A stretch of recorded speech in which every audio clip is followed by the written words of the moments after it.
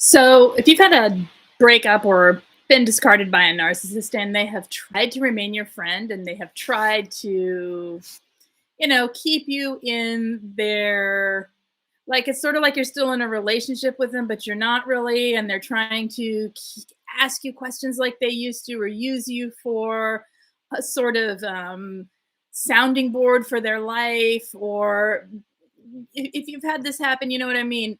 Why are they doing this? Why is a narcissist trying to be your friend if they don't want to be with you? What's actually up?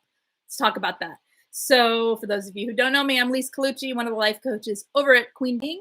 All the information's in the main description. Let's get going. So, why are they doing this? The simple answer is the narcissist is trying to use you for supply. It is all about supply. They are trying to maintain control of the situation. They're trying to maintain control of you in order to keep you in their orbit and keep you paying attention to them and keep you giving them attention and supply in a different form. There's several reasons, but that's one. The main thing is supply of one form or another. They want to maintain and continue having your attention, having you in their life for them, because of them, to serve whatever they need for their egos. So if you've ended it and you didn't fight back, okay, if you're the one who left them and you didn't fight for the relationship, you were just like, I'm out, I'm done, I can't do this anymore. Their bruised ego, they never let go of. They'll kind of collapse. They will go into like a narcissistic shutdown, a narcissistic tantrum, and they will try to pull you back in so that they can then discard you, so that they can be the ones to then say, I hear this all the time, to be the ones to then say, yeah, this isn't working. Yeah, I should have just stayed away when I was away. I don't know why I took you back.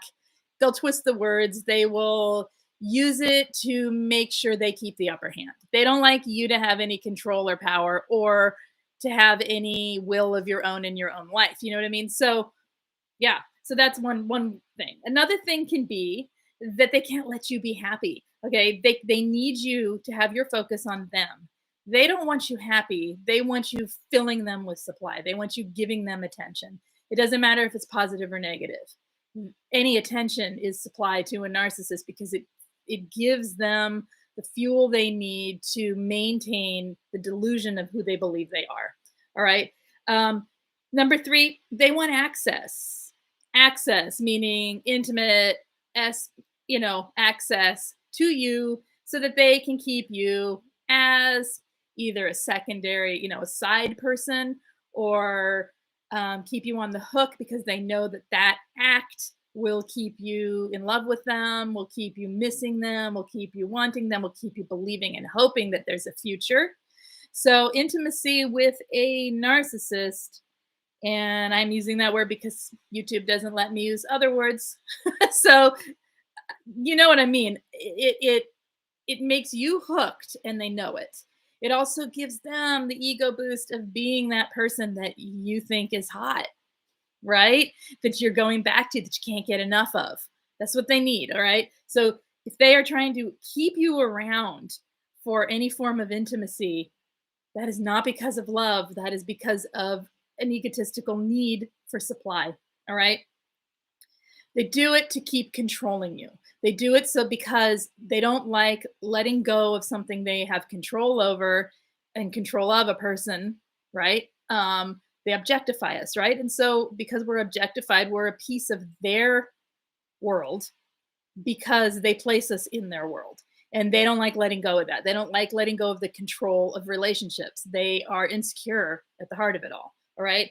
Number five reason, or a reason here, and this is a practical one. They're keeping you in a role in their life for practical reasons. They're keeping you as, it's like the ultimate thing to support their narrative. So if they have you in a role, what did I write down here? If they have you in a role as a resource person, as a person they go to when they're like, oh my gosh, my life's falling apart, what do I do? They're going to keep coming to you for that, even if everything else is gone. I have heard over and over and over again, people in divorces talk to me And they will say, yeah, they keep treating me like I'm their mom. They keep treating me like I'm a surrogate wife. They keep treating me like, or husband, right? They keep coming to me for things. So you might have someone coming to someone and saying, hey, can you come fix my car? Hey, can you come, I don't know what to do about this situation. Oh my gosh, my friends did this. So they go to you as if it's friendly, and they're asking you to play a role that you've always played in their life. Usually it's counsel or fixer or guardian or something that protects and supports them and their life. They don't want to lose that. So they think they can keep you in that role and not have the relationship with you. They want the benefits without the commitment and without the accountability that goes into having a real relationship. That's basically it. They want the benefits of what you give without having to be accountable to or responsible for a relationship with another person. And that's it. And you are perfect supply for that when you have been discarded and you're trauma bonded, because you'll do anything. You'll do anything just to have the contact, and they know it. I don't know that they know it like that, like, oh, that's like it's deliberate. They know it from experience, from having done it before, from having seen it in action, because they do these things over and over and over, right? They are game playing. They're game playing. There's another type of narcissist. Not all of them do this, but some, a lot. They're doing it to further hurt you. They're doing it to say, see, my life is great without you. Look at this. Let's be friends. You want to hear about my ski trip? You want to hear about my trip to Mexico? You want to hear about, oh my gosh, I met all these great people. Oh, we had so much fun, while you're sitting there not able to get out of bed, still crying and missing and hurting and aching for this person. They do it on purpose so that you hurt, so that you are still paying attention to them and your focus is still on them and your whole world revolves around them from a distance. Think how fabulous that is if they have 3 or 4 people doing that. If they have people doing that, even one person doing that while they're off living another life, they get double supply, triple supply, because they know that attention's coming. It's all they want. They don't want to have to be, again, accountable or relating or dealing with an actual relationship. See, once we get so far that we are having a real relationship with someone where we are like engaged in the responsible part of a relationship, where you're not just in the limerick stage where you're like, oh, everything's so wonderful, blah, blah, blah. When we see the real person and we have the conflict back and forth, that's when it gets real. It's when it gets difficult. And that's every relationship has trials there, right? And with a narcissist, that's when you see they can't meet up to the mark. They cannot bring it to the table. They can't take accountability. They can't apologize. They can't be fair in a relationship. They don't have any empathy, and they don't consider you. And so if they can take all of that away, because they don't want to deal with that, right? Because that would be actually relating. They can have the other stuff instead, which is your focus, your attention. You're missing them. You're giving them advice. You're giving them support. You're doing errands for them. All of the stuff that they consider friendship without the effort that goes into it. So they're using you. And if they are doing it to hurt you, they're somewhat sadistic, or they are sadistic and they're playing a game with you. And that's no fun. Okay. And the last thing I have down here, and this is important to know, is they're proving to themselves that they own you, that they always have owned you, and they always will own you. We are possessions to them. We are not partners, friends, family. We're things for them. We're objectified and turned into objects. So, of course, why wouldn't people want to stay in their sphere? Why wouldn't people want to orbit around them, right? In their world. So that's what we got today with that short live stream. I will be back tomorrow, hopefully, with a longer one. So I'm going to read what you guys say in just a second here. Let's see.